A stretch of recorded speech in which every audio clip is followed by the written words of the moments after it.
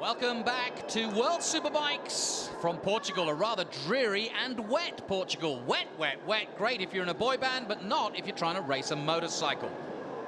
Portuguese circuit, I don't think I've ever seen in wet weather conditions in the middle of the race weekend, but that's what we've got here, and it's deteriorating by the minute.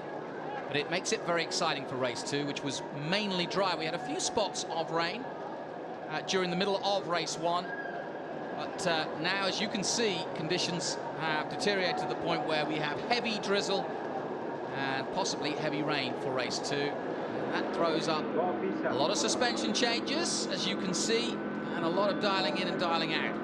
And, well, I'll turn to my renowned expert and former world champion in world endurance, Steve Martin, who I have watched race 22.5 hours in the wet at Le Mans and win, and knows a fair bit about these sorts of conditions. Steve, what would you adjust if you were Marco Melandri, as they are now, and how would you approach this race? Well, what they're basically going to do is make everything on the bike softer suspension to make it work, because you use a lot less kilos. You can put a lot less kilos of force into the tyres. So what you need the suspension to move roughly the same amount, but you can't use the force, so therefore you make everything softer. That way the bike dips in the front with less brake pressure, the bike turns, and basically that's what you need to do. So these guys have all got a lot of wet weather settings that they go off, especially this man. I think one of the race wins he's had recently was in dodgy conditions last year, and he won at Silverstone last year in conditions similar to this. So he knows these conditions well, and we were having a bit of a banter actually. We knew it was going to be a wet race, and it's hard still to pick a winner. What you're basically saying, roughly translated, is may the force be with you. Well, the force, basically, yeah, and the right amount of force, because if you use too much front brake pressure force, it's all going to be over. Like it was for this man in race 1. He was forced out of the race when he fell off. Yeah, I mean, he certainly was, but this could all be a bit of a turnaround. I seem to remember flashes of brilliance of this man in the wet as well at some stage throughout this year. So the starting position is not necessarily as critical in these conditions, John. I want to remind you of the race we had at Assen last year, when how many leaders we had? Haslam to Badavini? A lot. And talking about the motor, yes. the motor's first time on the track ever was here, but unfortunately for them it was wet for 3 days. But fortunately for them, it's wet now. And also Ed Badavini on the Ducati last year in Moscow got the Panigales first ever podium. So Badavini on the Bermuda here in conditions like this, that's something I want to see. This man, wet weather specialist as well. Yeah, having said that, Tom Sykes is pretty good. I remember him at Russia. Yeah, I know. Conditions. But the difference is that Tom has got a massive lead in the championship, 44-point lead in the championship. He's got a lot to lose if it all goes wrong. Yeah, I think Tom's going to be conservative in this race. Here's another look at that crash. We've been talking, we were sort of taking a poll, if you like. We spoke to our fellow commentators, Steve Day and Jamie Whittam, about this incident, who was at fault. And I think we're all in agreement. I think racing incident, there was a gap, Chaz created it, Leon took it, it just didn't work out, racing incident. Yeah, racing's racing. In my mind, nothing, not this guy's fault, not the other guy's fault, it was what it was. And I spoke to Heather Watson, the press officer, and Chaz got back on his bike, got back in. First thing he said was, oh yeah, look, my bike's doing this, doing that. He wasn't at the least bit worried about... He was more worried about the grip. Exactly. So, and then they actually got the bike going again. He went out and did one lap in the last part of the race. He finished the race, but he still wasn't happy with the amount of grip. Well, he's going to have a lot less grip this time, but he's going to have a different set of tyres to deal with that. Here's another look at it. You can see... Yeah, you can see that Chaz is fairly wide at this point. Look, there was a big gap there, so no surprise. It's just one. The big surprise was Chaz not knowing he was there, basically. It's not a surprise. It was just what it was. I mean, Chaz turned it on the point in the middle of the corner, and then, unfortunately, Leon was there. Leon carried that corner speed through. Chaz dove in, turned it on the spot, picked it up, and bang, down he went. There is Chaz Davis preparing himself for the wet. Now look at this. Look at the size of that knee slider that he's just pulled out of that bag. Look how thick they are. Yeah, that's special wet weather knee sliders. They're 3 times as thick. This guy probably doesn't need it because his legs are that long. Yeah, he doesn't use knee sliders, does he? No. He just uses his knees. Now, if you want to make a bet, not that I'm a betting man, but if I were, I'd be rushing down to the bookies and putting some money on this man for a win in these conditions. Oh, so him and not Sylvain Guintoli. If it was either or, I would be putting my money on Baz, yeah. What, so Baz, you think is going to beat... Sorry, Sylvain. You think that Baz can beat Sylvain Guintoli in these conditions here today? Oh, you know, you've just... Oh, Steve. It's tough. Or the Bermuda, or Davide Giuliano, who wants to get a good result. This is a good opportunity on a bike, a Panigale that's finished on the podium in the wet before. I have to say, though, either Baz or Guintoli must be looking at this as a huge opportunity. I said it at the beginning of the day, same with Giuliano, but he's not in contention necessarily. He's 7th in the title chase. But you'd have to say that for Guintoli in second place, 44 points adrift, and for Baz in third, 6 points behind him, 50 points adrift. This would be the big opportunity. This race is make or break for this championship. I think you're absolutely right, Right Steve. here, right now, is the perfect opportunity for the guys that are 2nd and 3rd in the championship to make the most of this. And Tom, in this race, has got nothing but points to lose. And, you know, I was asked about whether Tom Sykes would go for it. And my feeling is that Tom's a smart rider, and I think he would take one look at these conditions and go, okay, yeah, I got to get some points, but there's no point in risking everything. And like you say, one accident, and it could change everything. Sure, whatever happens, he's still going to lead the championship after this, but he's already got that injured wrist. I think a smart, calculated ride by Tom to 4th or 5th is a smart race for him, instead of putting it all on the line and finishing first. Who knows? On that first out lap, he might feel fantastic and wipe the field. You never know. But if he's got any doubt in his mind about how his wet setup is, I think he's going to settle for 4th or 5th. This man rides well in the wet. Excellently. Assen, yeah. podium. And the Volcom Crescent Suzuki team need a result. And you can see by the look on his face, he's got the quiet air of somebody who's confident. Yep, there you go. His brother Sam is here, and he's having a good time in Moto 2, to come to grips with the bike. Our current World Supersport champion, we wish him well. And the whole Lowe's family are here this weekend. Look, Tom was touching that wrist there, but he's still holding it. Subconsciously, it's still bothering him. Well, it's a rather pensive-looking Tom Sykes. And you know, Tom, the last thing that he needs, because he knows that he could have probably won this race with his eyes closed if it was dry. If it was dry, yeah. But now, it's on the knee sliders and on go the bigger ones. Yeah. It's wet. And why do they do that? Of course, because there's less lean angle in the wet, and the best thing that you can have if you're riding in wet conditions with these wet weather tyres is when your knee touches the ground, it just gives you more confidence. It really does. You go, okay, there's the limit. Until that knee touches the ground, you don't know what the limit is. You don't know when you're going to fall off the bike. So if you can get your knee to touch the ground, you go, okay, I know that if I lean until my knee touches, I'm probably going to fall off. Ray Toff in deep discussion with his engineer. Computer out. I wonder if that's the SBK game. This is for you to say, Steve. No, I don't think it will be. Looking at the computer ain't going to help much now. Conditions are improving somewhat, but I know that temperature-wise it's not changing, and I don't think we're going to get a dry track. It's still drizzling. It's wet out there at the moment. The only thing that we might get, if it stopped raining now, is we might get drying conditions towards the end of the race. Sylvain Guintoli sheathing up, putting an extra plastic layer over his leathers.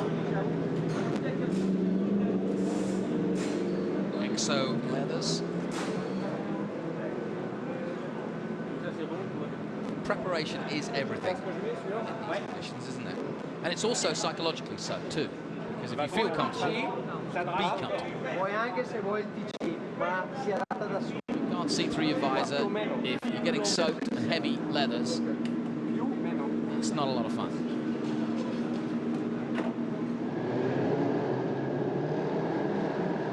Conditions not great for racing motorcycles, but that's what we've got.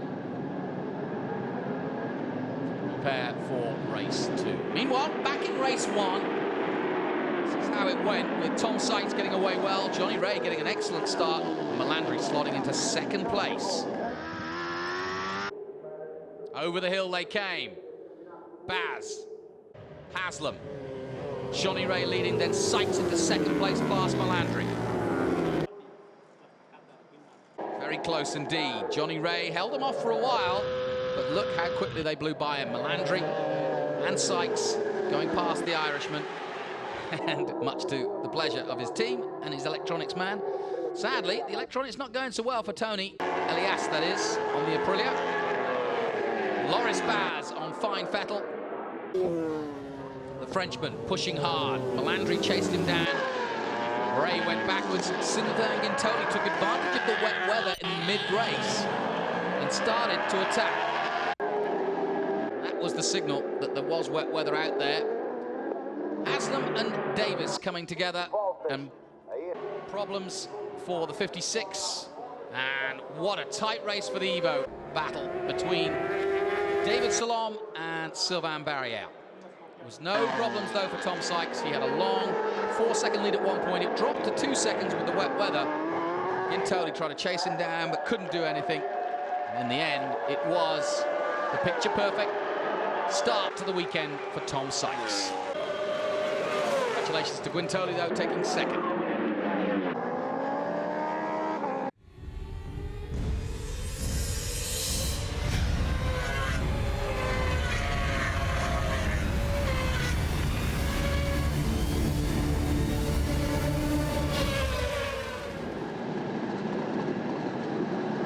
Welcome to Portimao in Portugal. Jonathan Green and Steve Martin bringing you the action of race 2 of the FIM World Superbike Championship.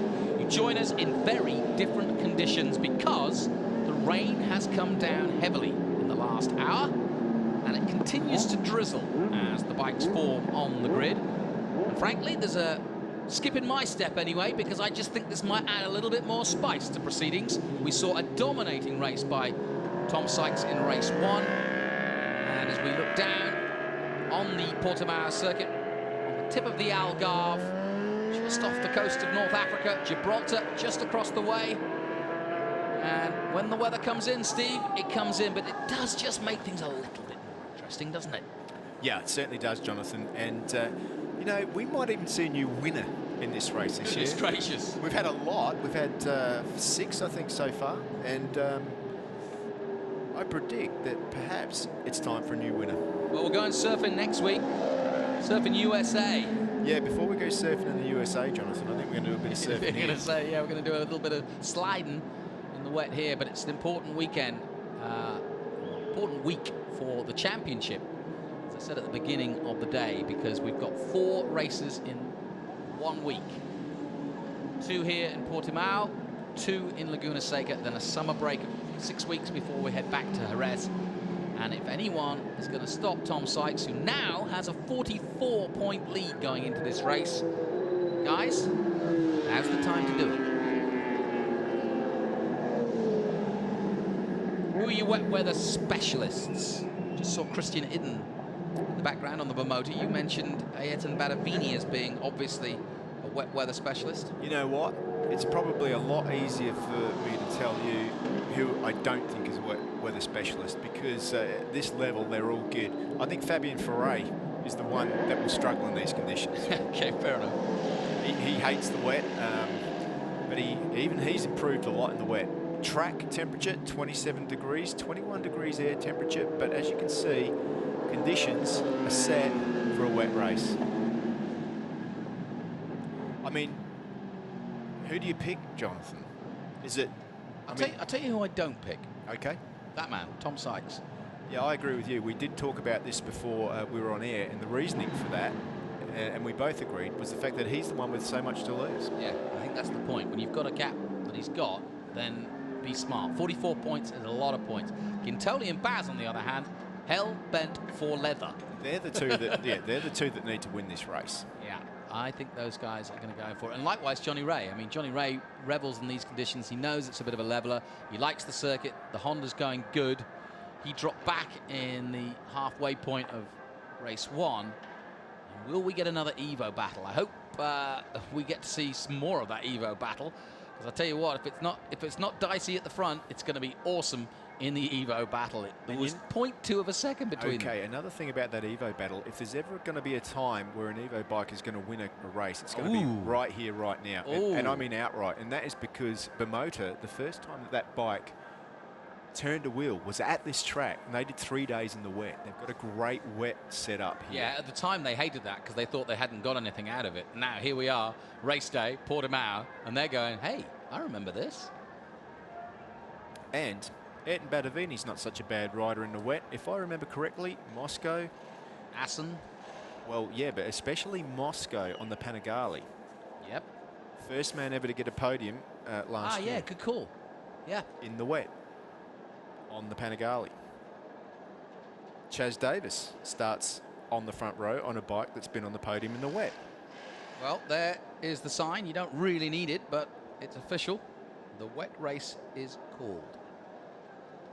And just explain, Steve, why we put that sign out, because it's not just a matter of saying, hey guys, did you know it's raining?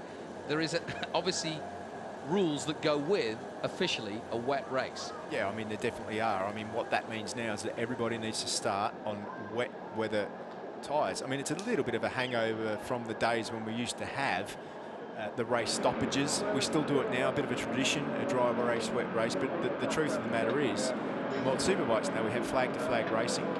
But basically, these guys have to start in the wet weather tyres, and then they can come in if they want and change to another set of wet weather tyres, or they can change to intermediates or slick tyres. For sure, everyone at the moment will have those. You can see there the green spots on the bottom there. Jonathan Ray is on his 4th engine of the year out of 8. But because they're green, that means that he still could be using those. None of them are finished. He's still using them.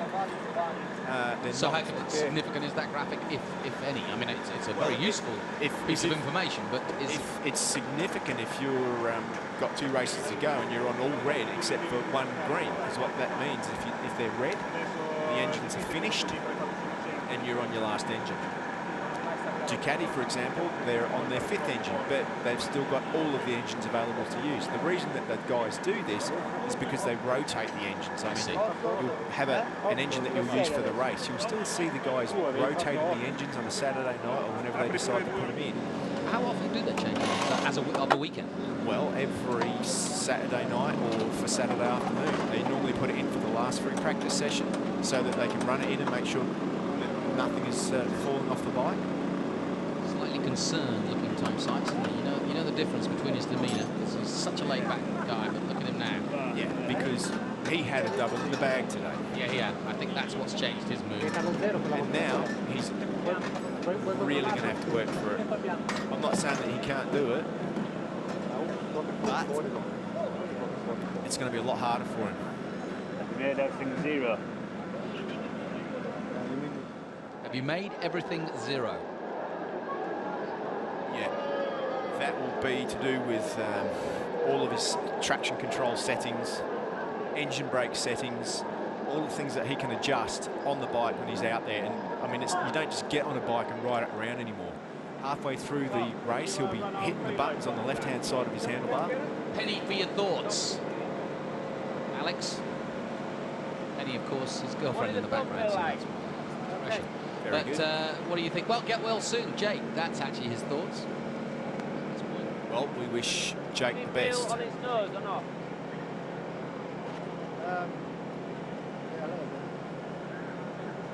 Thanks, Les. Les Pearson there saying, did it feel like it's on its nose? What he means by that, did it feel front heavy? Did all the weight feel like it's on the front? So they're still trying to work the balance out of the bike. That's what that comment was about. You know, I love seeing shots of people like Les Pearson, Marcel Dunker. These engineers play a huge role. We don't give them the credit they deserve, because this is when they earn their money. This is when they earn the respect and the trust of their riders, because this is when they need that help. It's not Alex Lowe's job to come in and say, I need you to put 2 clicks and compression on the front. Isn't, no. It's his job to say what the bike feels like it is. Sylvain Barrier put on a superb performance in the Evo class in the last race, just missing out by a thousandth of a second. That would have really annoyed him. But he's not easily annoyed, so.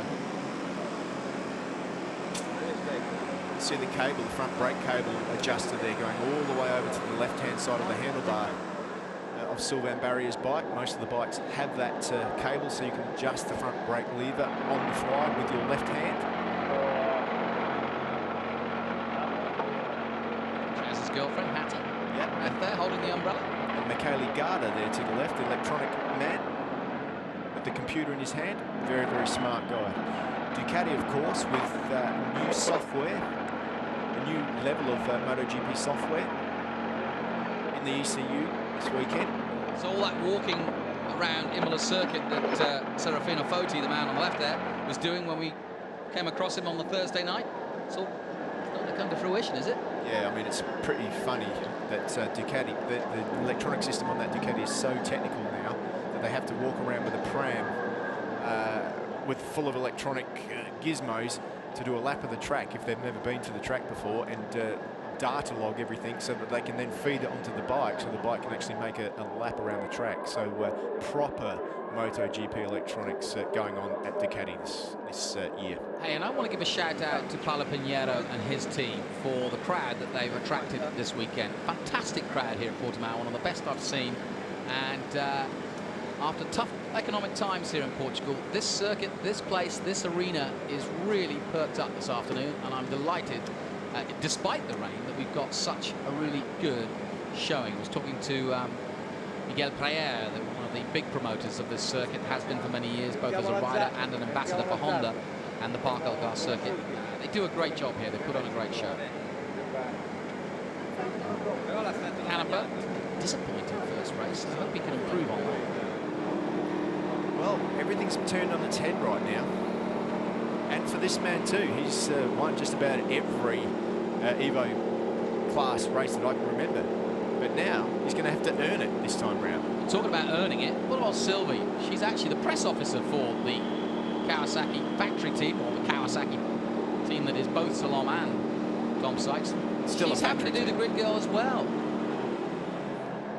Now we can see the conditions. Actually, more important than usual being a grid girl this weekend and holding the umbrella, because the last thing you want to do is get any moisture on your head at all before you put your helmet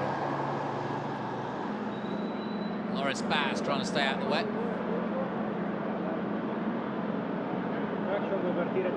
It's a real procedure, this, isn't it?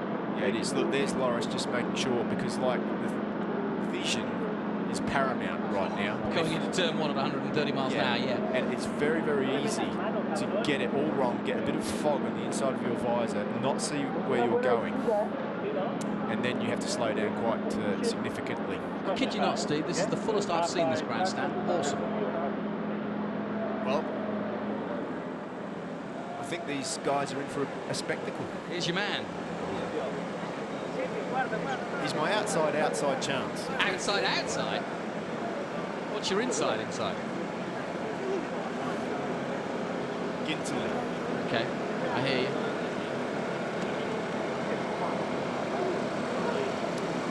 Or Ray. Or Hazard. Or Baz. Melandri won in Russia. This guy. He's staying out in the rain. He's not even using his umbrella. Maybe it's not raining where he is. The problem is, Jonathan, as soon as you say, yeah, it's got to be Ginterly, then I think back to Moscow with Marco Melandri on the BMW. He trounced the field by half a lap. And I remember Chaz Davis was pretty swift that day too. Well, yeah, okay. On the BMW. We'll add Melandri to the list then. Okay. Yeah, we haven't kind of counted him in. How's Brian Starring in the way? He's good. We're not 100% sure on what happened to Brian or Sheridan Morais in race 1, but we know that it was some sort of mechanical problem because they both pulled in, right? Yeah, so it wasn't a crash because a lot of people have been tweeting in and asking, and there is Sylvain Guintoli with a look of a man ready to go to war. Team are at the World Cup. It's time to read the French flag flying on the top of the podium, methinks. I know we're looking at... He's got one engine already down. Yeah, that's fine. No worries. He's still got plenty to go. Not a problem there. In fact, actually, that was one of the things, because we asked him right at the beginning of the season in Australia about the new rules and the engine, because it's the first time we've actually used this sort of eight-engine rule, and he was actually said, actually, to be honest, the engine's as reliable as it's ever been. More reliable. Yeah, they've got more power and more reliability. As we're looking at Ricardo Russo, I just want to go back to Starring for a minute, because his dad sent me through a thing I mentioned earlier about his sponsors in Superpole, and I just wanted to say some of them: Grant Scarler and Risk and Investment Advisors for Australia, and the Ewers family from Bullsbrook in Western Australia, and also Andy Offer from Arc Racing. They're all helping Brian out, so good on those guys. Well, Red Bull will hope that Johnny Ray will get the wings he needs to take him where he needs to be. And I tell you what, we mentioned all these wet weather specialists. What about Johnny Ray? Well, he was the last guy that I can remember that did a phenomenal wet race. I'm going to say, and you know, the way he's been riding of late, hard to bet against him. The most races he's ever won in a Superbike year is 4. He's won 3 so far, which equal the last couple of years. So it would be nice for him to win one here today and equal that best ever of 4 for him. 1 minute to go then. Here is the grid for race 2, Portimao. Sykes in pole, Johnny Ray on the front row as well as Chaz Davis. Then it's Melandri, Baz and Guintoli, all 3 capable from that second row start. Laverty, could he come through? Giuliano, Haslam, brilliant in the wet. Barriere, likewise. Lowe's, even better. Badavini, said it already. Canepa, Iden, Marias, Starring, Andreozzi. Make life very, very interesting, and a lot must be going through the mind of Tom Sykes right now. Elias, Russo, Guranoni, then May, Riesmeyer, the wild card, in 23rd position, Aaron Yates. The warm-up lap will get a pretty good idea of how the conditions are, but you don't really need to know that. You can see the mist and just how wet it is, and as we go on board, well, it tells you everything you need to know, Steve. No, but this lap and also the out lap in these conditions are very, very important, because it's the time where you need to gain confidence as quick as you can. These guys will be trying everything they do to try and get that lean angle as quick as they can. Try and get their knee on the ground so that at least they know that feeling of confidence that they're used to. There's the concentration on the face of Davide Giuliano, advertising his World Ducati weekend. Coming up in July, I believe. Don't think it'll be wet at Misano that weekend. First rider poles 3. First manufacturer poles 3. Portimao. First time I think we've had conditions like this, though. I can't remember. I seem to recall wet conditions when Ruben Zaus was riding for Ducati or BMW, perhaps. A few years ago, but whether that was in a race or a practice, I don't know. I know that they've done a lot of test days here in the wet. Yeah. So a lot of the guys have got a lot of settings from the wet, but Bimota, the most prominent, having done 3 days testing here. There's Christian Iden earlier this year in the wet. Yeah, I think Iden will be looking forward to these conditions, and I know that Badavini will. Yeah, if there was ever a chance for a complete upside down winner, it's going to be now. So tense moments here. We've had very few wet races. I've got Matteo from Pirelli coming in, just going, I don't need to tell you anything. Putting his hands in the air. You know the story. Everybody's on wet weather tyres. Everybody's on wet weather tyres. That's the way it's going to be, which is great, because it's, you're clear. Everybody knows, and there's no question that you can't want anything else. His job's done. He's done his job now. He's going to go and relax in the hospitality now. That's it. Kick back and watch this race.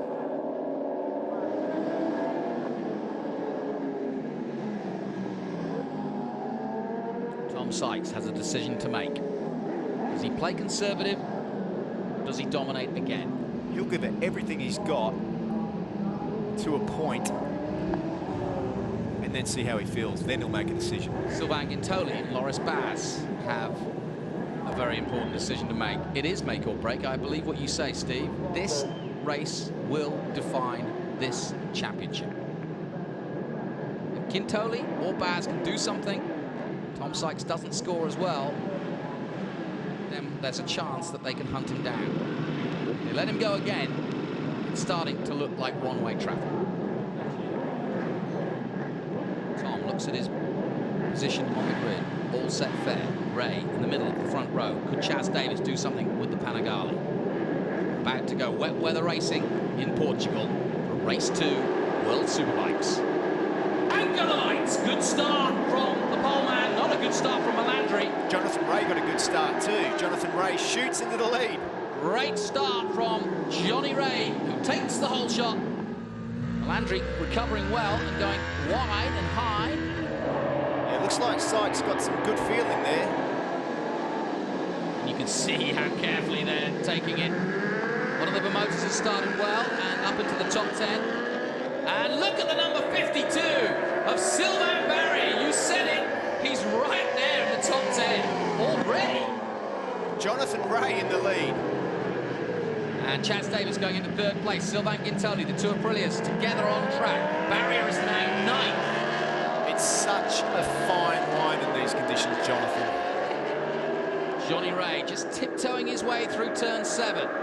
There's Baz, he started tentatively, and there's Haslam behind him in 7. Yeah, good job from Haslam too. Remember, he was a crasher in race 1 with Chaz Davies. Davis in 3rd at the moment. Yes, Sylvain Barrier, what a start as he goes through Craig Jones. What a start by the Frenchman. And just behind him, actually, is Christian Iden. Yeah, Iden's another guy that will probably go good in these conditions because he's got a supermoto background. He's not scared of the bike moving around. Everybody carefully going through it, and you can see now just how tough the conditions are. They're not improving, especially at the back of the track. It looks okay from where we are, but you can see now as we head towards this last part of the circuit just how bad it is. This is a good first lap from Jonathan Ray. Look at him spread the field out already. Yeah, and look at Leon Haslam trying to get past Giuliano. He's taking a wider line. An intriguing start there, but Johnny Ray, as you say, total domination, a 57.9. A second quicker than the men chasing him. Sykes in 2nd, Davis 3rd, Melandri 4th, Guintoli in 5th place, and Baz. Look at the rain is starting to come down hard as well now. It's heavy. It's not easy at all. Look, now you can see on board just how tough it is as we go behind Haslam. That's Giuliano. Giuliano's got some good corner speed there. 18 laps of this, and this is going to be hard work. Tom Sykes is settling into a 2nd place, and this is an interesting position for Tom to be in, because I don't think he's going to push any harder than now. Well, I think at the moment, he's riding well within himself. Yeah, I think that's the key. You know, I think that if it was like for the championship, he'd risk a lot more than he's going to risk at the moment in this race. Like, things are just still settling down at the moment. Who knows? Someone like a Haslam or a Giuliano or a Barrier might find 2 seconds a lap and come through. I'm interested to see just how Aprilia are going to play this. Melandri with Guintoli behind him, and they have chased down Chaz Davies if they can. The gap 1.7 seconds to the leader, Johnny Ray. Johnny definitely take it to them, wouldn't, like you say, there's a chance for Johnny Ray to step up. He's 4th in the championship at the moment. He's only 16 points adrift of Baz. So, good opportunity also for Johnny Ray. The Panigale always, it seems like a good wet weather bike too. So I think this is, like you say, Chaz is in a really good position. But Melandri up the inside. Ooh, doesn't quite make it past Chaz Davies on that attempt, but he's looking, and now giving a chance possibly to Guintoli. Yeah, well, Guintoli's looking to go up the inside as well, isn't he? Nice tight entry line there for Sylvain Guintoli. A lot of water there. Oh, a lot of spray and water as we go down the main straight. And they pass our commentary position. The Aprilias are side by side and chasing down that Ducati as they head towards the first corner, but Chaz Davies holds on. 56.3 for Jonathan Ray. He's up the pace again. He's gone. Well, this is smart by Johnny Ray, because if he's in his comfort zone and he can get it enough, as we see, finally Melandri going through on Davis, does he? No. He went in too deep and Davis got back. I think Johnny Ray's tactic is go as hard as he possibly dare for the first few laps, create 2, maybe 3 second a gap, and then stay there. I think he's going as hard as he possibly dare and a bit more. Okay. He's got nothing to lose. If he rides at the same level as these guys, he knows that they're going to gobble him up on the straight. So he has to make the most of this. Exactly. So, okay, yeah. And we saw it in race 1. Now, the tricky thing is, it's getting wetter and wetter and wetter out there.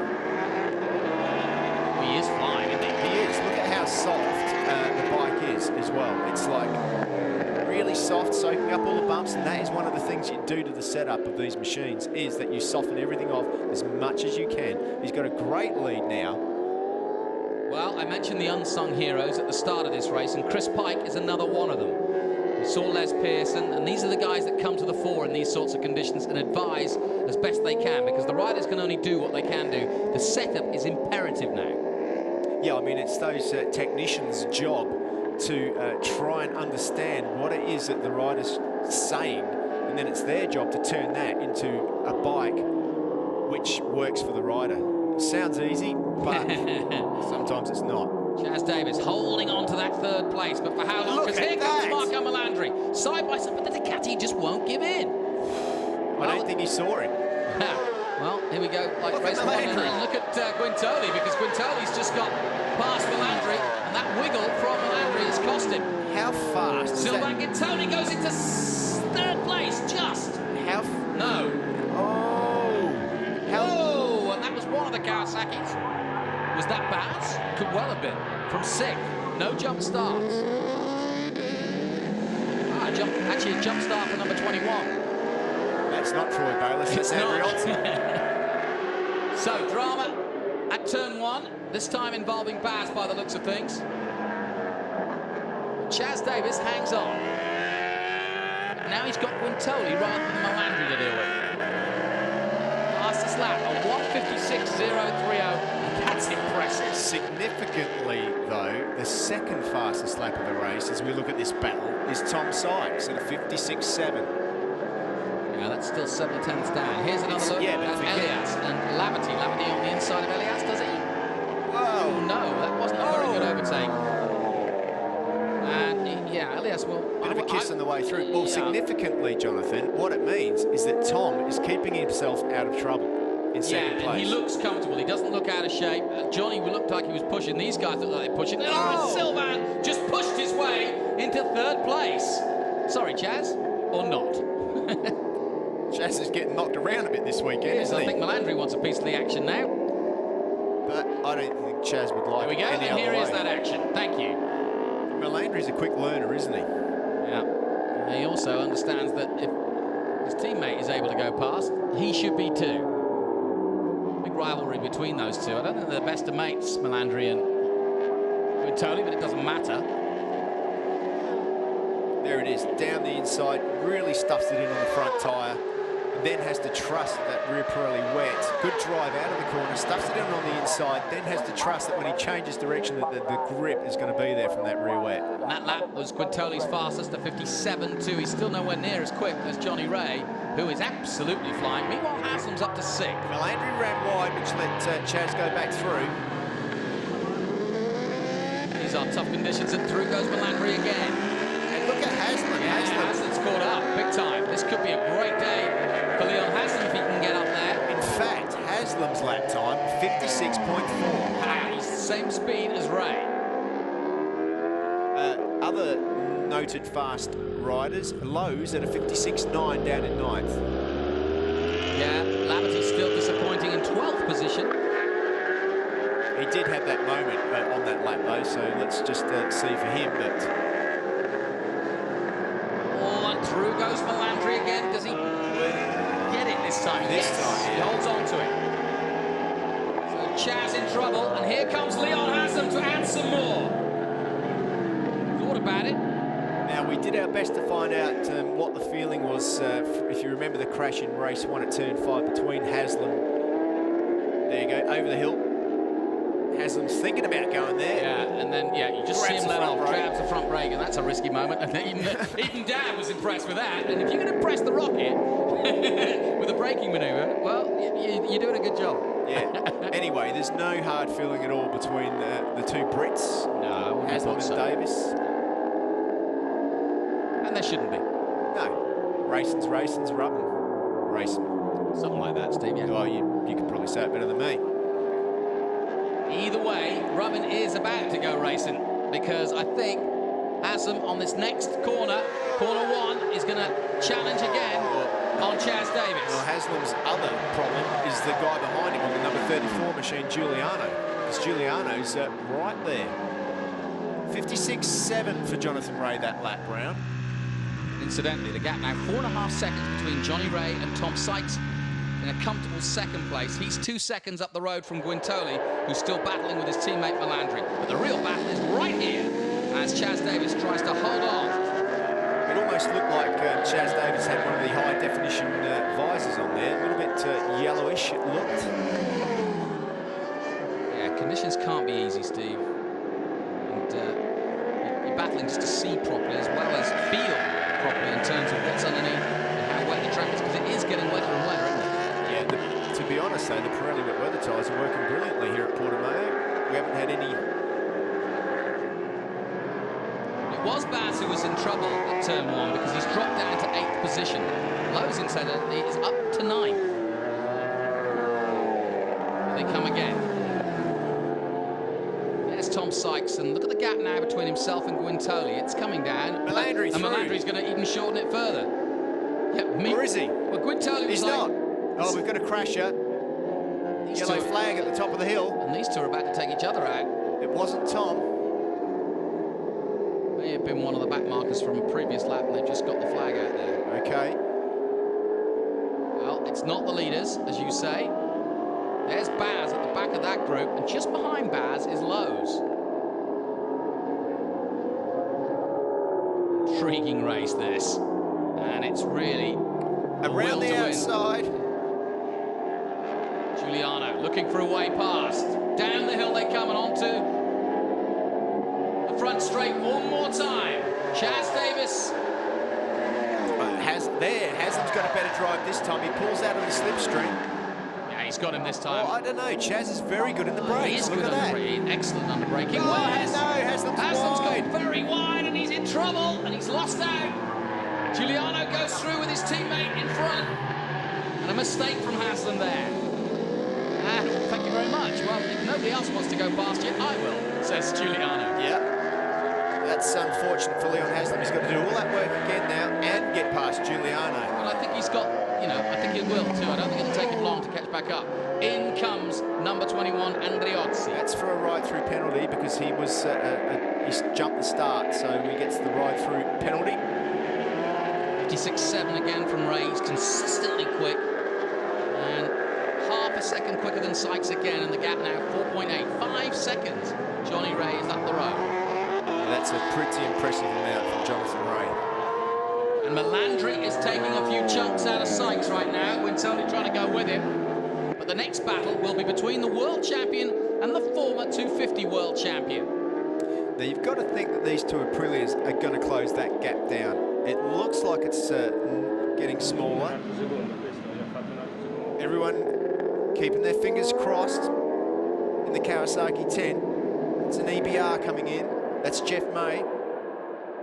I think that's a tactic more than anything. You think? Yeah, I think he's come in to look after that engine to have a better shot next time out at Laguna Seca. Fair enough.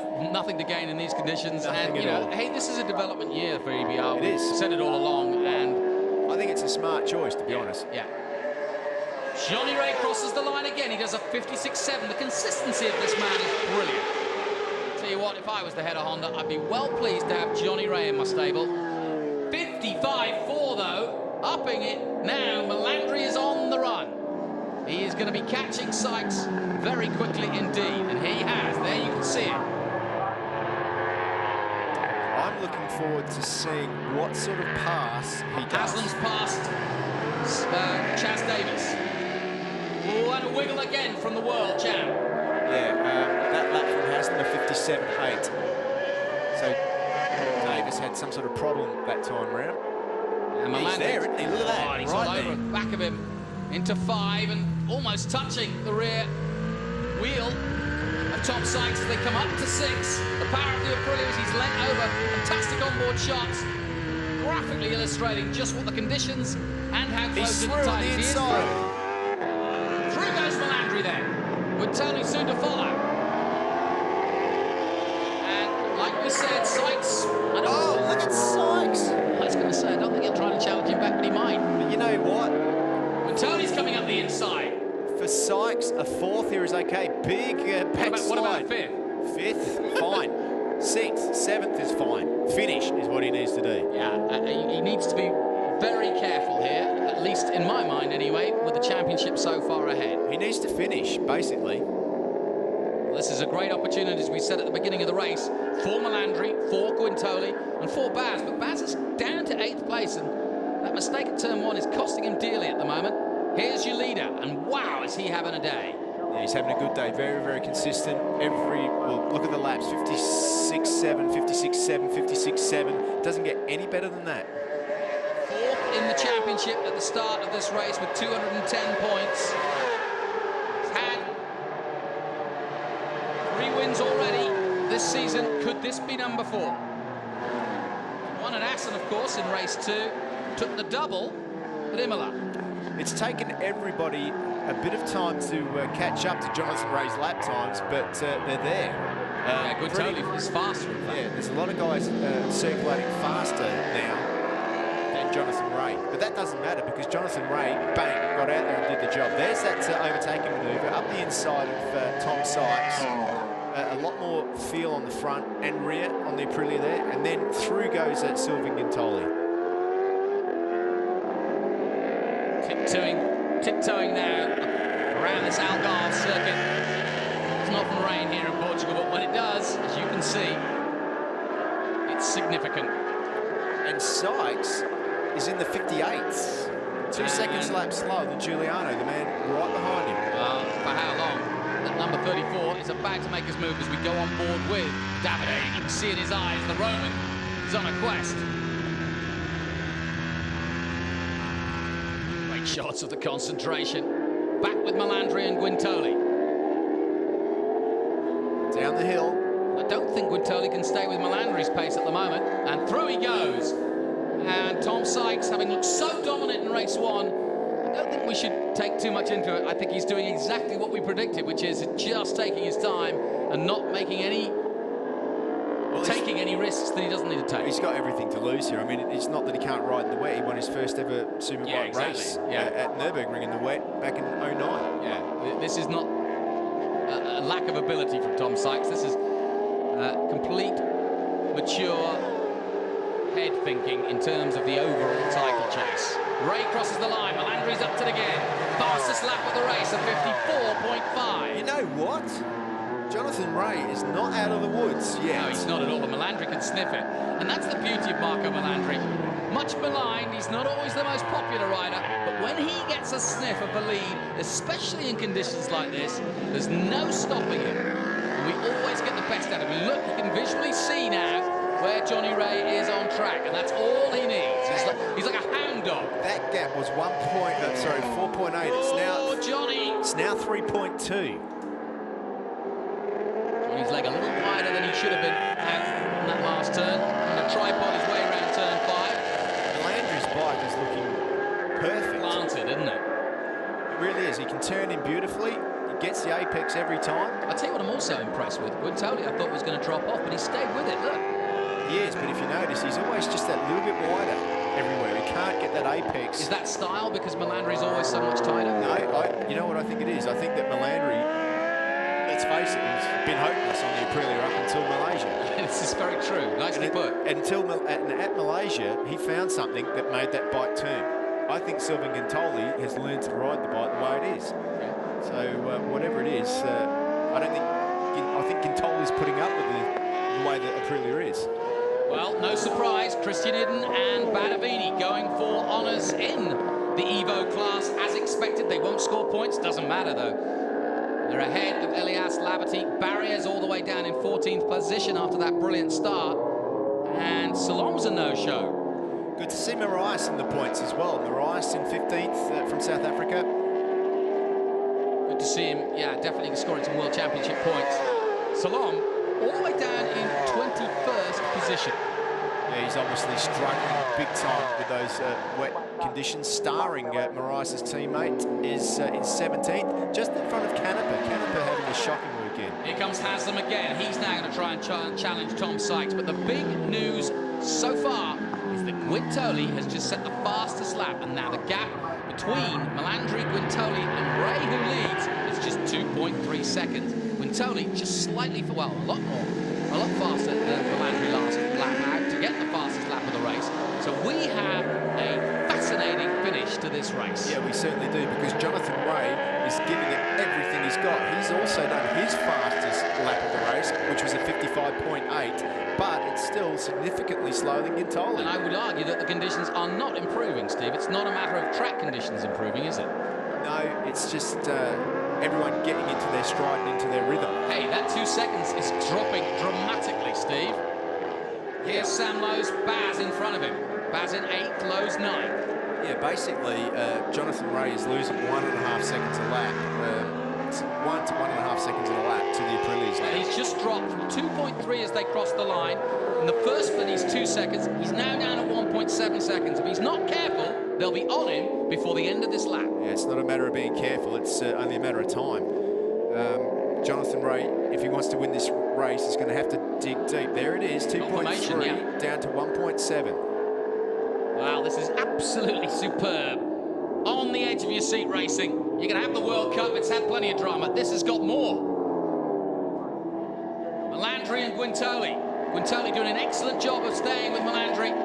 I thought he was done for a moment, but he's right there, and they are both right there now with Johnny Ray. He crosses the line. The gap is 1.1 seconds.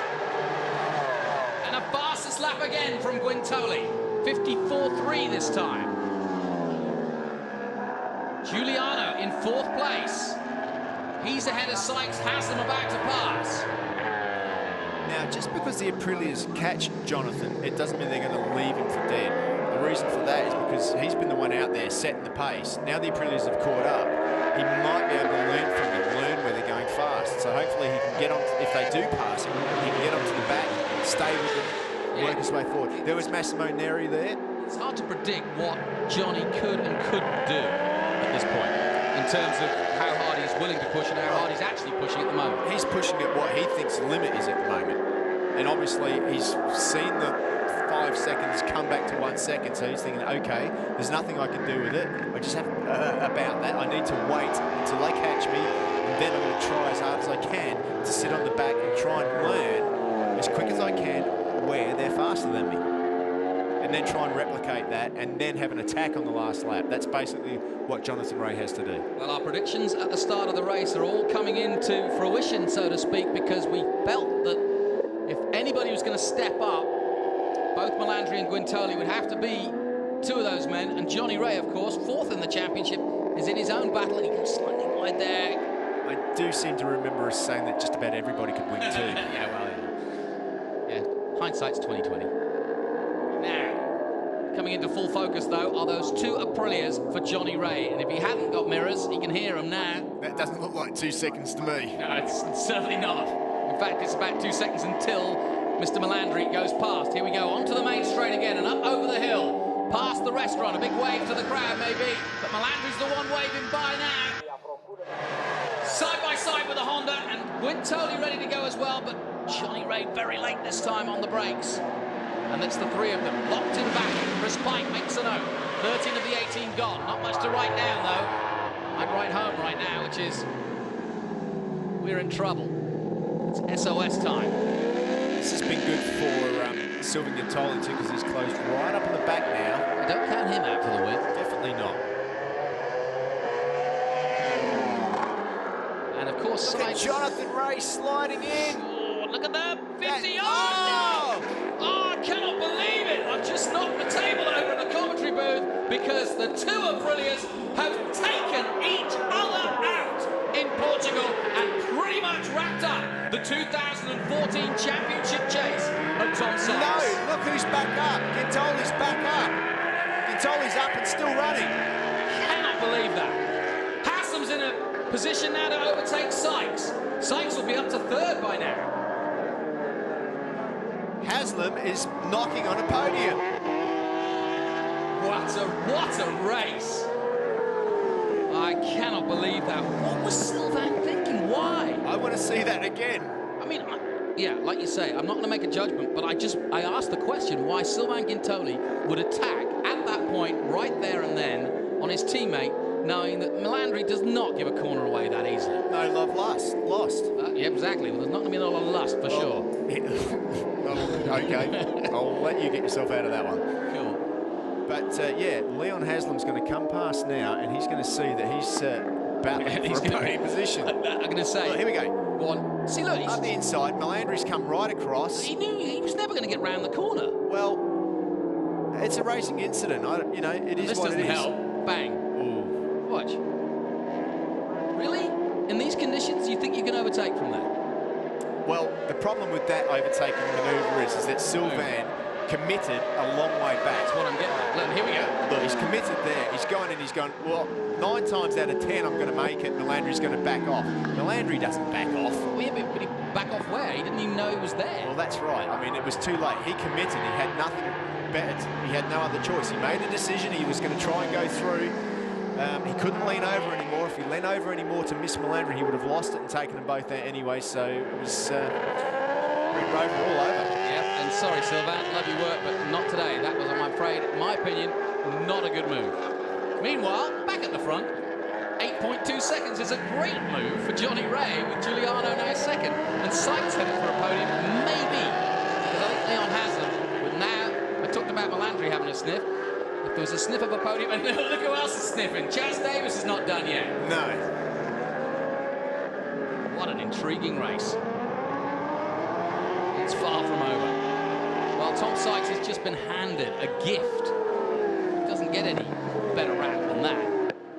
Definitely not, especially when it comes to the championship points. And here comes Haslam. He's got definite drive here. Comes alongside Tom, and easy does it. Past he goes. He's through. Yeah, that was lined up a long time ago. He got a little wiggle, did Tom, a couple of corners before, and Leon just powered through. I don't think Tom will fight that. And he won't fight the two behind him too. And look who's there too. Alex Lowe's.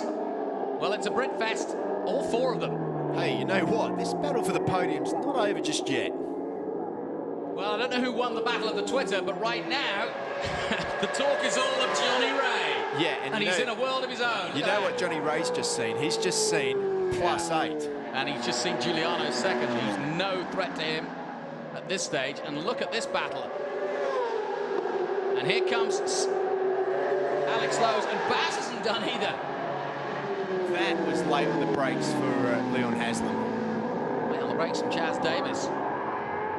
Casey Stoner that said that Chaz Davis is one of the latest breakers, hard to overtake. I still remember standing on one of the corners at Aragon watching Chaz break.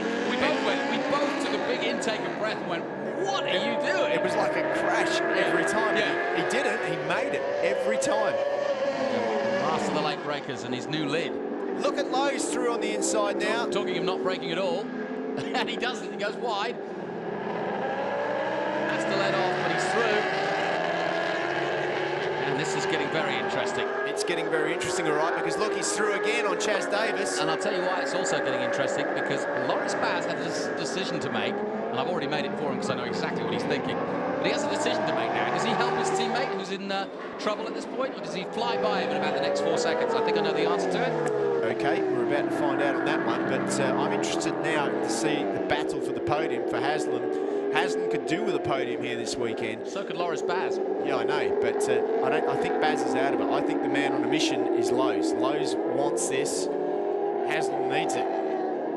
I think that Baz is about to go and prove all of us wrong. Here is the Pata Honda, though. The more important story of the 4th win, hopefully, for this man, Johnny Ray. 7.6 seconds up the road. I want to see what this lap time is now. Like, he was 56.0, still 56.0. That's pretty impressive for Jonathan Ray. Very impressive. He's been handed some help too. Well, he's been handed some help, but he's like, he could back off and take it a bit easier, but he's not. Haslam is going to have to fight for this with Lowe's. He is, and they both know there's a podium at stake. Lowe's hasn't had too much to show on the inside. And I don't think he's going to get round, is he? And not only that, these two guys are best mates. Yes, they are. Yep, they hang out together most weekends, play golf together. Loris Baz is looking for a way through. They're not best mates. No, and he's through. This is great. And I'll tell you what, if they get it wrong, Chaz Davis will pick up the pieces. But look at this, like, he's through, but then Tom dives back. Tom will not be enjoying his afternoon's finish. I don't know, I think if we look at the points at the end of the day, he's still going to have a big... Lowe's messes it up. And Chaz Davis has gone through. Both of them. What a race. And Bass sees the opportunity to get past Lowe's. Well, you know what I'm seeing at the moment? 2 Ducati Panigales on the podium. Yeah, that would be the first time this year. And also, we're looking at Davide Giuliano's best result of the year. Superb stuff. Gintoli's on his way back too. Look, he's caught back up to these guys. What? Yeah, Gintoli. Insane. Fastest man out there, 55.0. I'll tell you what, that could be very significant in the final run-in for the countdown to the last race in Qatar. Gintoli with that crash is less than 3 seconds off the back of Tom Sykes. Wow. And it's only a few laps to go, 2 laps in all. And here is Davide Giuliano. Ernesto watching on. What a race this has turned out to be. What a weekend it's turned out to be. Not expected at all, this weather. No, I wish I had bought me washing in, actually. If it stayed the same as it is right now, Ray would move up to 3rd place in the championship. It isn't far from over yet, that's for sure. They cross the line again. And Sykes would come out with that 46-point lead. Yeah, I mean, Sykes is okay. I mean, this is not how he wanted to do, but he just needs to, like you say, keep circulating. But the challenge that I thought would be Aprilia's is not materialised. Oh, look at Liam Haslam. Has he gone too wide? Yes, I think he has, because Chaz takes it back. Good recovery also from Alex Lowe's. Yeah, Lowe's has calmed it down a little bit. Come on, Sylvain, now's your chance. He can see it too. He's made a big mistake, and now he can redeem himself by getting past the world champion. I think it's past the world champion, apologise to the team, and then apologise to Marco Melandri and take the family home. I'm not so sure that Marco's going to accept that apology. No, maybe not. I don't know. First things first, get past the champ. He's up the inside perhaps here. And there he goes. He's not afraid to overtake, is he? Well, he's got nothing to lose now. Bit of a moment there, foot off the peg. Or was he apologising for being so tough? No. No, fair enough. The Frenchman up the hill. Sykes will follow him, and Sykes will know all too well who that is. No rear grip on Tom's bike there. Plenty of grip on this bike. 56.1, how consistent is Jonathan Ray? This is an immaculate performance. It's so often in the wet you don't see just how brilliant these guys are. But you know, this is a performance. I don't think you know how hard it is to be that consistent every lap. 56.0, 56.1, 56.0. To be that consistent in the wet takes somebody special. And he is, no question about it. Jonathan Ray crosses the line again. Surely now headed to victory. Another 56.5 onto the final lap. This has been top draw action from this man. He was under pressure from the catching Aprilias who took themselves out and then just set about his business again. 55.0. Oh, look, everyone in that last podium position is had their fastest lap of the race. It's going to be an almighty battle for that final podium position. Jonathan Ray is headed for his 4th victory and 3rd overall in the championship. Jonathan, can you slow down a little bit now, please? Doesn't work that way. I wish it would. Here's another look at him coming over the brow. And he's right on it, isn't he? I Meanwhile, there's an almighty battle going on for third place. Davis, Lowe's, Haslam.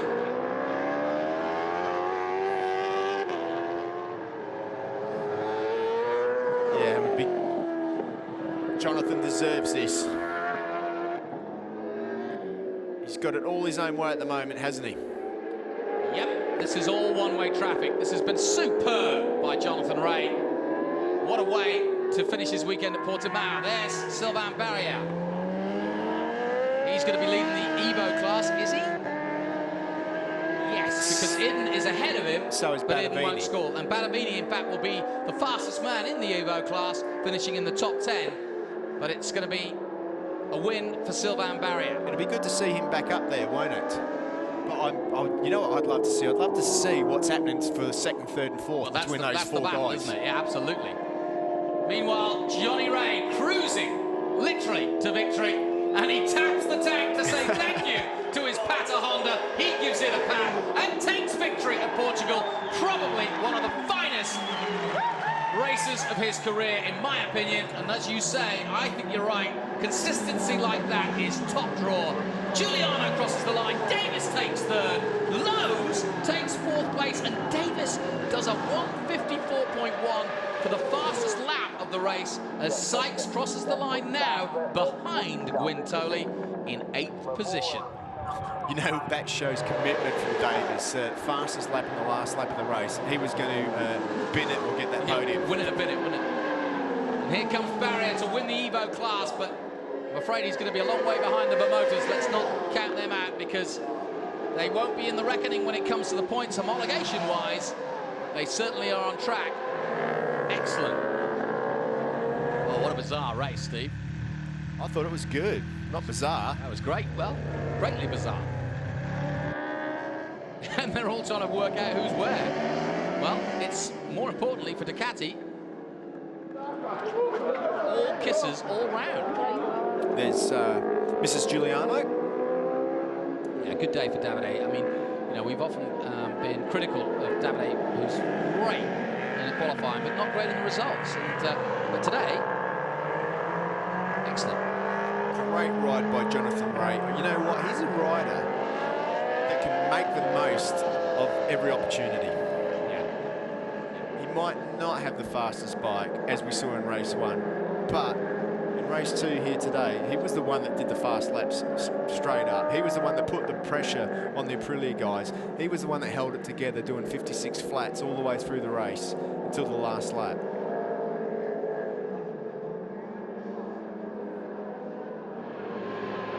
Andreozzi, who had that ride through penalty. Jumping the start, of course.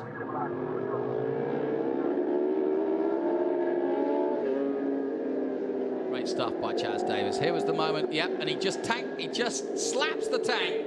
Just Johnny Ray in thanks and says, thank you, my little Honda. Yeah, and Chris Pike almost falling off the wall to try to greet his rider, because that is as special a ride as you will see.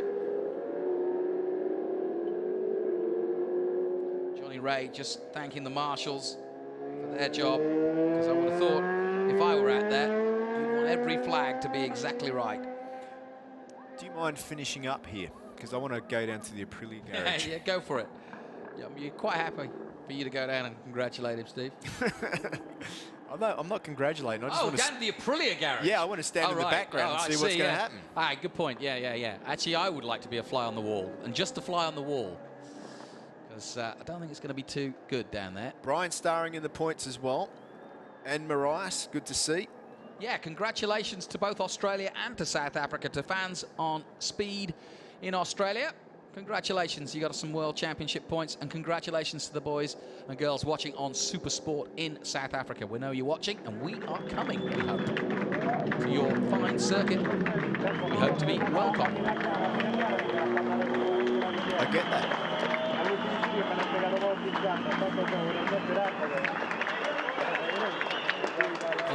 Great weekend for Ducati.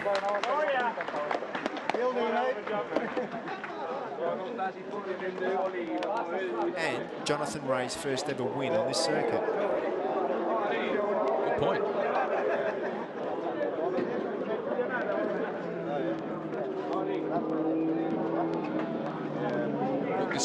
crisp bike. That's the man he's talking to. That's the guy I've been giving high praise to. At turn 5. You probably heard it, did you? Yeah, they're talking about the crash. You probably heard those two Aprilias banging into each other behind you, did you? Tom Sykes says, did what I could, thumbs up. And yeah, actually, Jonathan's got the record for podiums here. There's the smile. Yeah, he's happy. Yeah, exactly. He did what exactly, he should have done.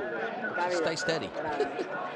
I mean, who do you want to be? Do you want to be Guintoli and Marco Melandri, or do you want to be Tom Sykes?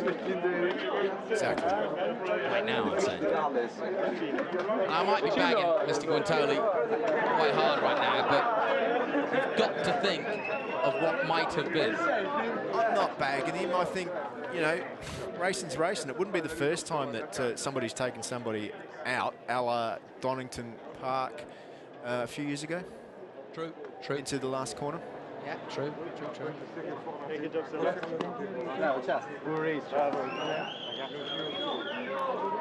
Sort of like about the podium era. A lot of high-fiving going on in there.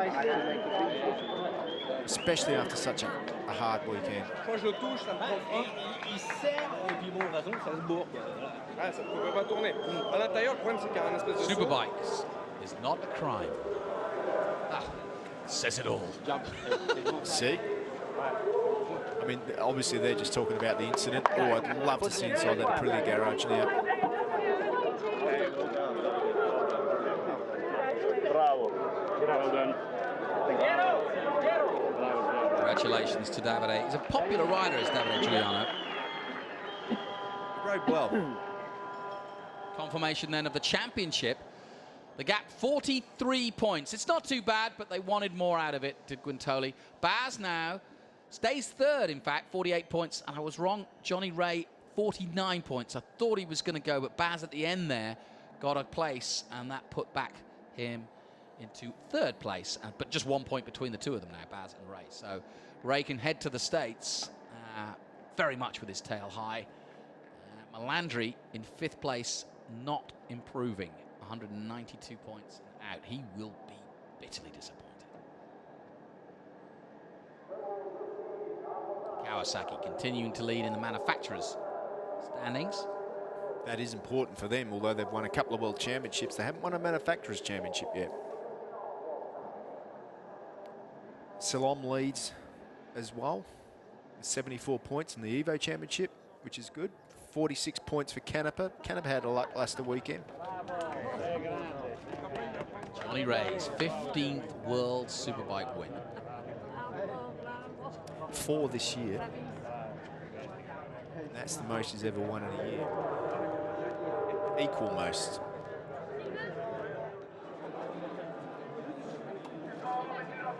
And that last lap, amazing for Davis.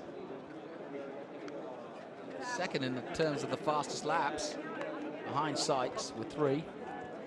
54.1, very impressive to hold on to third place.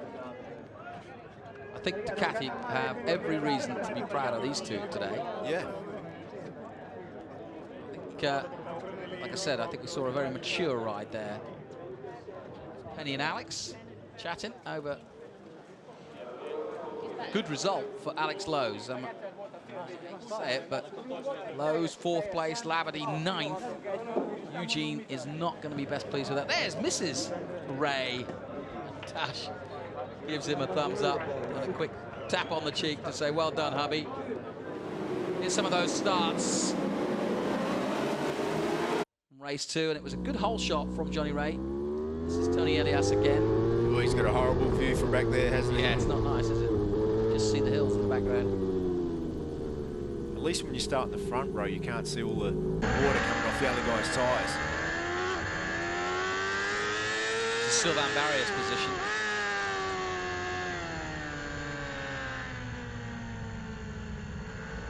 Very smooth on the gas. Yeah, that was nicely done. He got a good start, did Sylvain Barrier. Giuliano, Davide Giuliano, not known for his starts, but that was better. That was a good start, actually, wasn't it? There's Haslam just in front of him, late on the brakes. Around the outside of one of the Aprilias. Sylvain Guintoli from row 2. He got a good start, didn't he? No. Well, he got off the line. He got off the line well. He got off the line well, but got on the brakes a little bit too early. This is Loris Baz we're on board with now. Melandri good there on the outside. Here's the position from the pole man, Tom Sykes. Bit of wheel spin there from Tom as well, over the white line.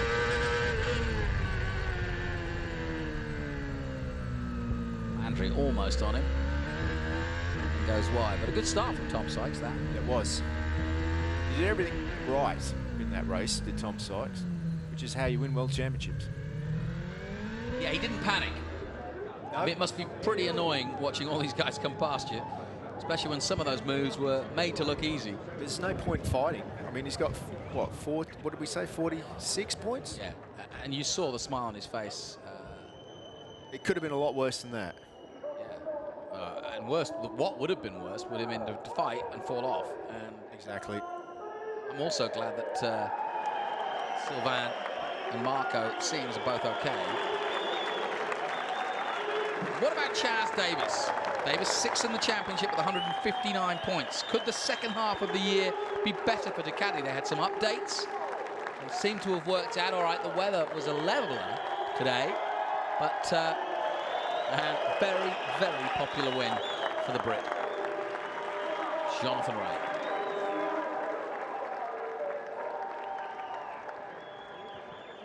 Paolo Pinheiro, the MD of the track, giving out the prizes.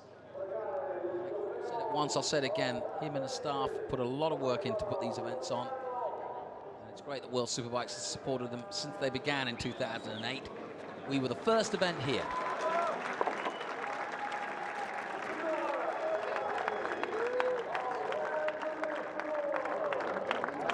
And I think Davide's wife will be particularly proud of her husband today. That was a very good result. There you go, Johnny.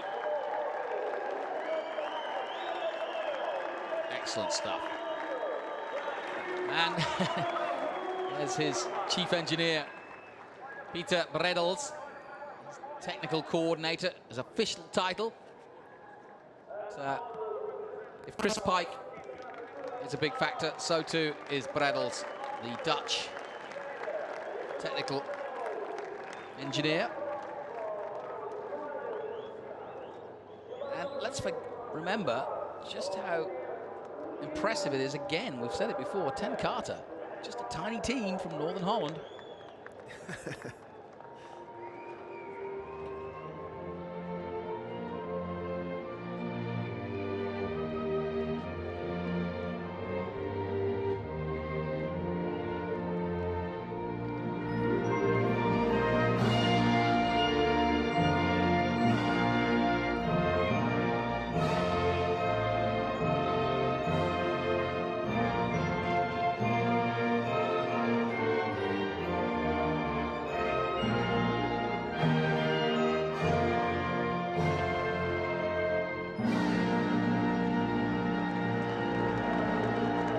There's a line in that national anthem which says happy and glorious, and I think you're looking at it right now.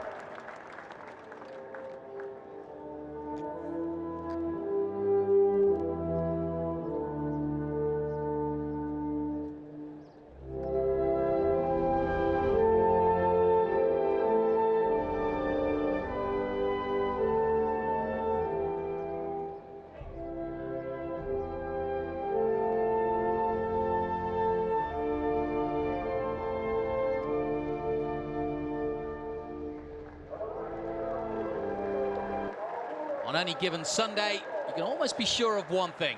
It's either Marquez winning on a Honda or a Honda winning somewhere. And this weekend, it's Portugal and Johnny Ray's Honda. Chaz Davis leaps over the podium to spray some Prosecco Doc, our sponsor finest, at the crowd waiting. Giuliano sharing it with the team, ever polite.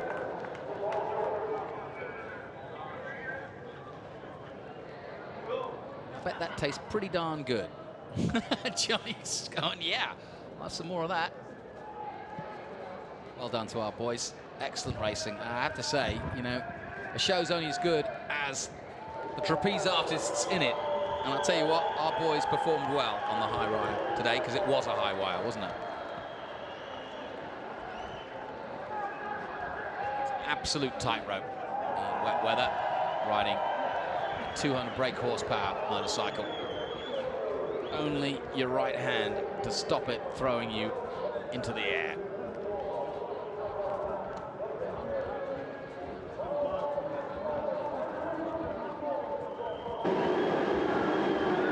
Here's some of the highlights of race 2 then. Good start from Tom Sykes, got a little bit of wheel spin, Melandri going wide. Chaz Davis fighting hard early on with the Aprilias. And Sylvain Guintoli not afraid to do some overtaking. To and fro it went. Elias getting in trouble there with Lavity.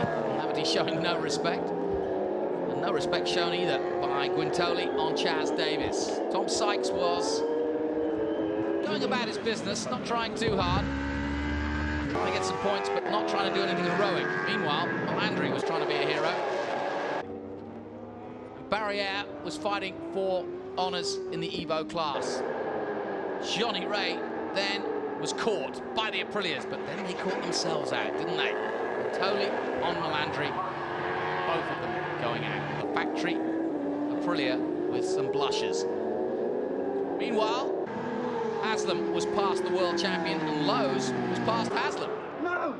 And Sam was watching on as Alex did the business. Meanwhile, Chaz Davis was going very well indeed, and so too, now with the shuffle, was the number 34. Because Giuliano was onto the podium, but no one could stop the 65. As Johnny Ray was an absolute ray of sunshine on a wet weather day in Portugal.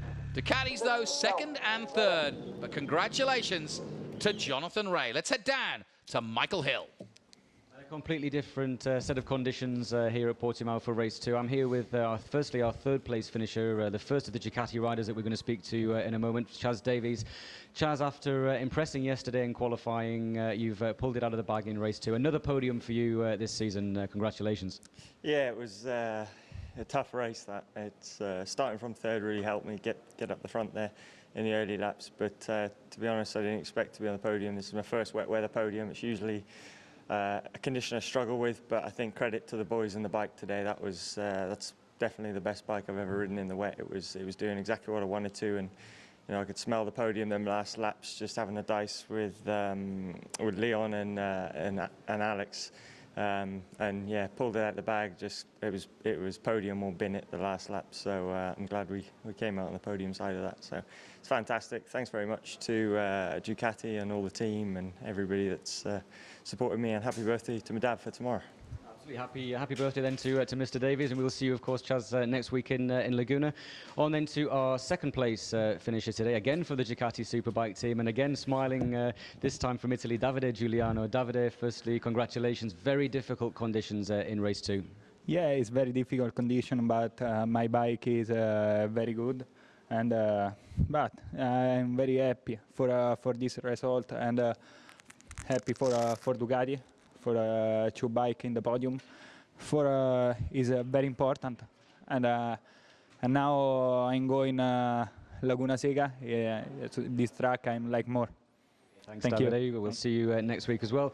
On then to our race winner, and a big smile from Jonathan Ray, the Pata Honda back on top. Jonathan, real difficult conditions. The Aprilia boys were coming, but they tangled, and you took the victory. Congratulations. Yeah, unfortunately for them, because they had a lot better pace than me at that point of the race. I just tried to do my own race from the front directly. As the track started to dry up, we really suffered with the corner exits, but although the conditions are a great leveler for all riders, it's nice to take a wet win, but I much prefer it in the dry. And but we'll take it every way we can. It's 25 points, not just for me, but for all the team who are consistently working so hard to bring the package to the front, and I'm really happy for all them. I heard the rain coming on my motorhome.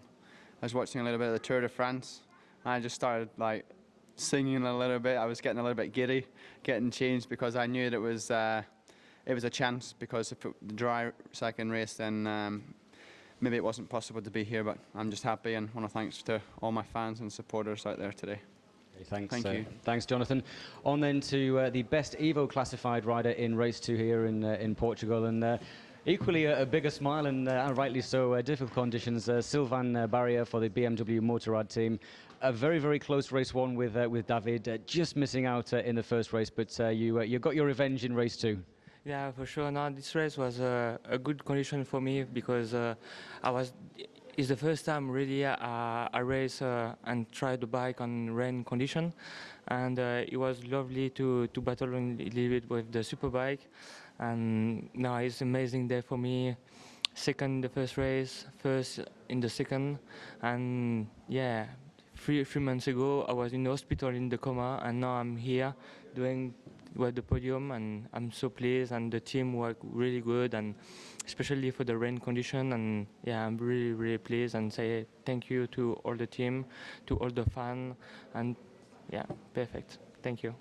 Sylvain. Thank you.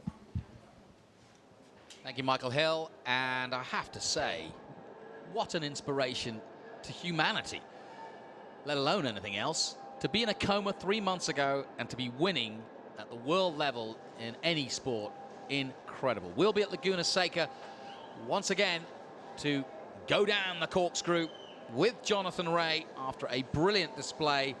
No wonder he was giddy in his motorhome before the race. Who wouldn't be? He sensed an opportunity and he took it with both hands. Brilliant stuff by Jonathan Rea. Congratulations also to the Ducati team of Chaz Davis and Davide Giuliano. My thanks to Steve Martin. We'll be back in 1 week's time from Laguna Seca. From me, Jonathan Green. Until then, bye-bye.